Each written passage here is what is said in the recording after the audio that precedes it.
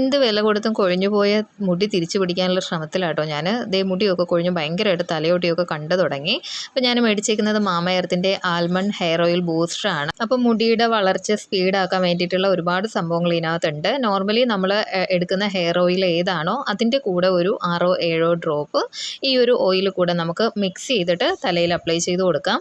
അപ്പോൾ ഓയിൽ ചെയ്യുന്നതിന് മുന്നേ മുടിയൊന്ന് ചീകി കൊടുക്കുന്നത് നല്ലതാട്ടോ. ഇനി ഇത് നന്നായിട്ട് നമുക്ക് സ്കാൽപ്പിൽ തേച്ച് പിടിപ്പിക്കാം.